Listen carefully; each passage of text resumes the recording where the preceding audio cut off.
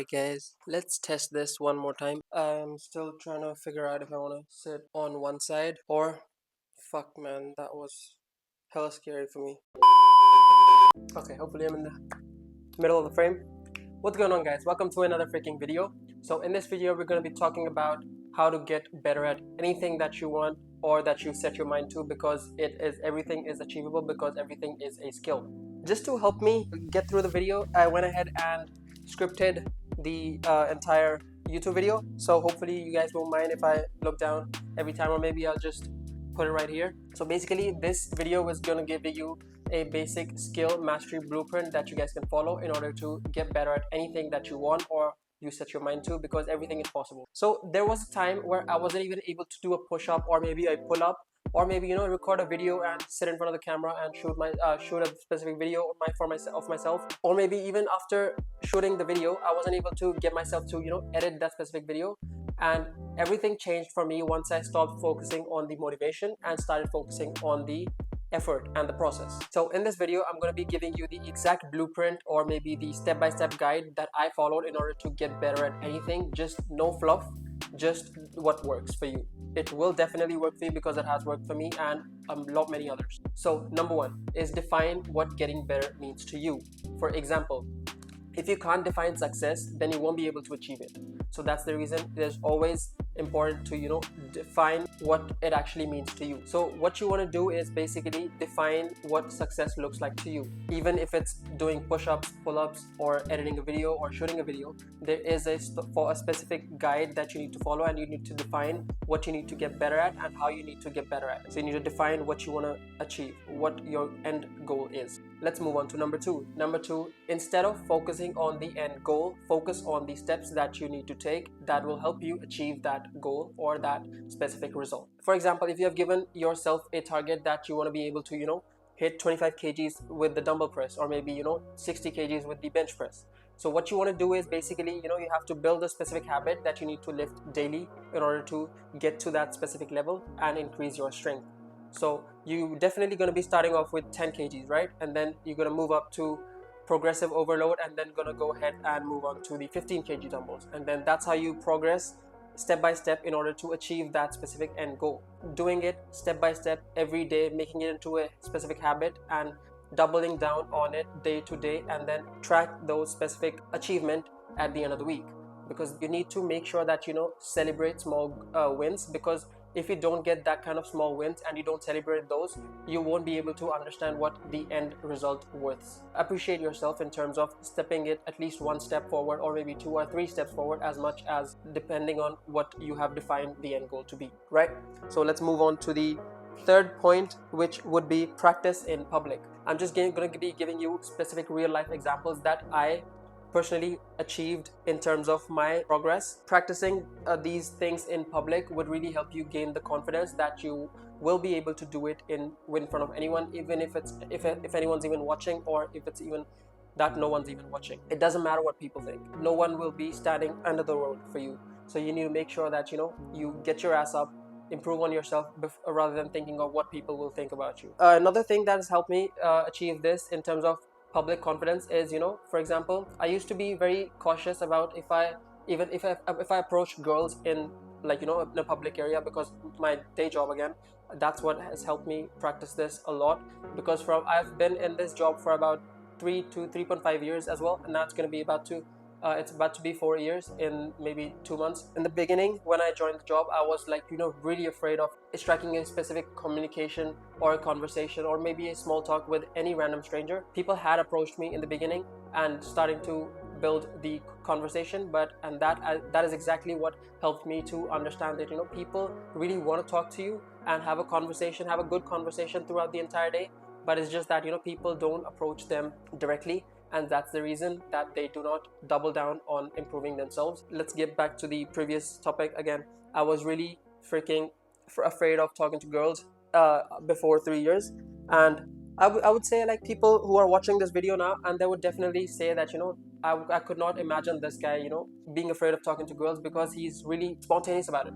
And that's really what you want to be looking for. Guys, I just took a 2-minute break because I was really fucking in over my head, and I was trying to, think about the specific topic that I want to be speaking about, and going through the exact script in my mind. That really fucked up the entire video, the previous one. So practicing in public, what it really does is really helps you, push yourself out of your comfort zone, and that's really when you are actually growing. Let me cut that down for you in bit by bit pieces. Documenting my progress really helped me, feel accountable. It held me accountable basically. At the start of this YouTube channel, I was always, very cautious and, very, uptight that, people would be looking at me, judging me, like, why am I, what the fuck am I even doing? Like, no one here does this, and this guy is trying to be a specific kind of influencer.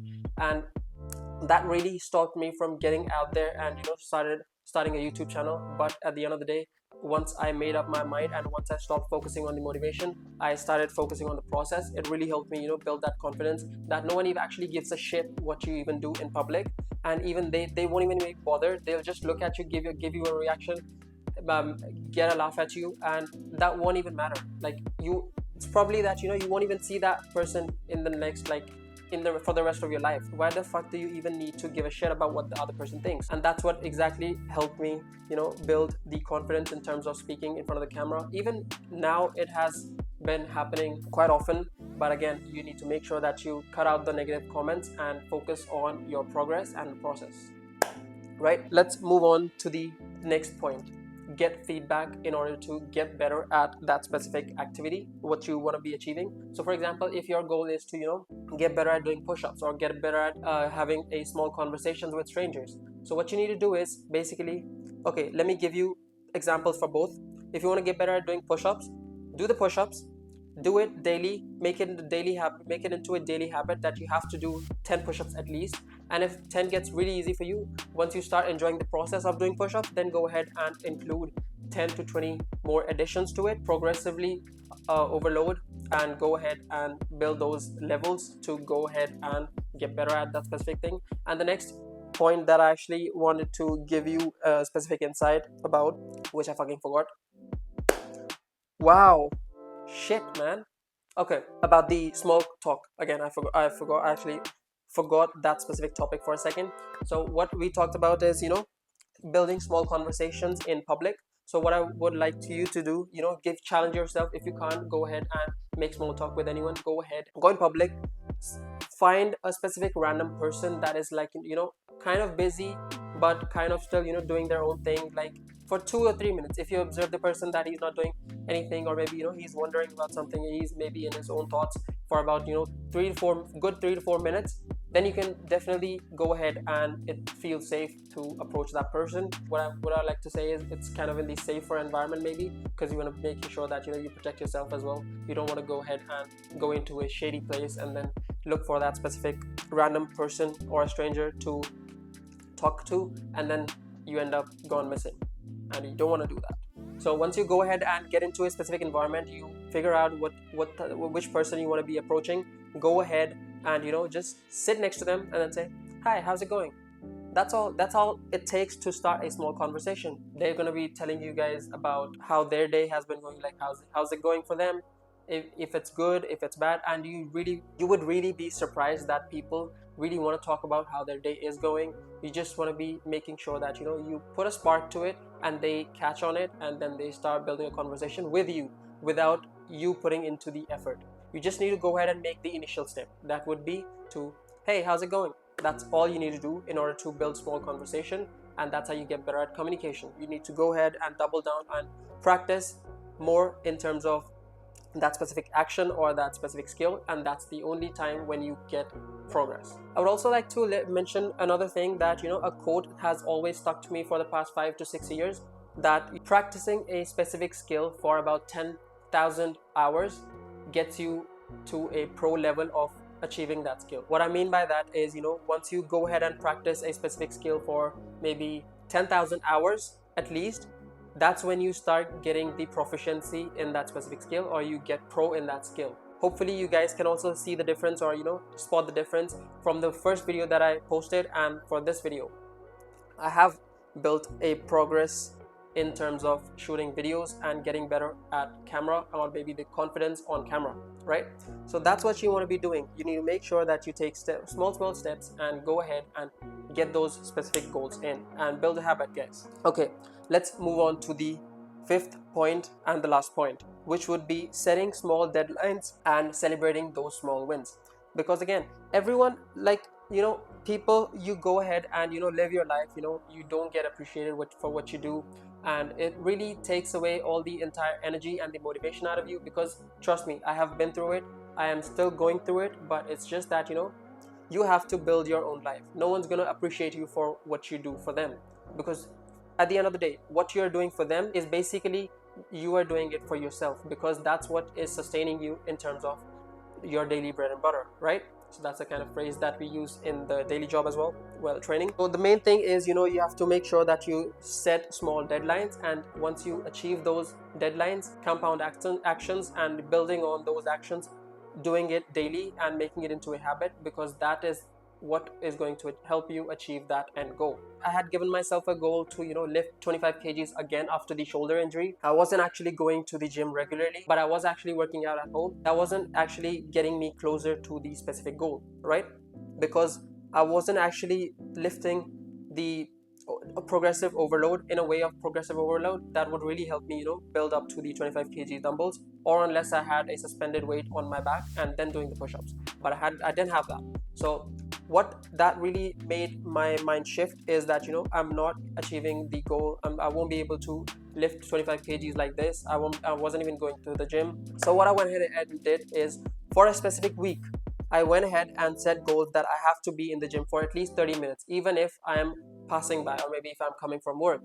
I go ahead, if the gym's open, I go ahead and do a specific exercise, or maybe start doing push-ups, and then I directly hit the dumbbell press. That's what I did. So basically, I started off with 15 kgs, then 17.5 kgs, and then 20 kgs, and then I went ahead with 30 kgs, right? Not 30 kgs, sorry. I went ahead with 25 kgs. So I was able to achieve that goal in the next a week. Specifically, I was able to achieve that goal in a week of setting that specific deadline. And then once I did that, celebrate for yourself, I also went ahead and ordered some burger and patties and the french fries in order to celebrate for getting a cheat meal, basically, because that really helped me also cover up the caloric intake. So that really didn't bother. That's it for this video. Hopefully you enjoyed it. If you did, don't forget to give it a like. Let me tell you guys another thing. You don't need talent. You just need the process to start, and don't stop, don't quit, and you will achieve it. Peace out.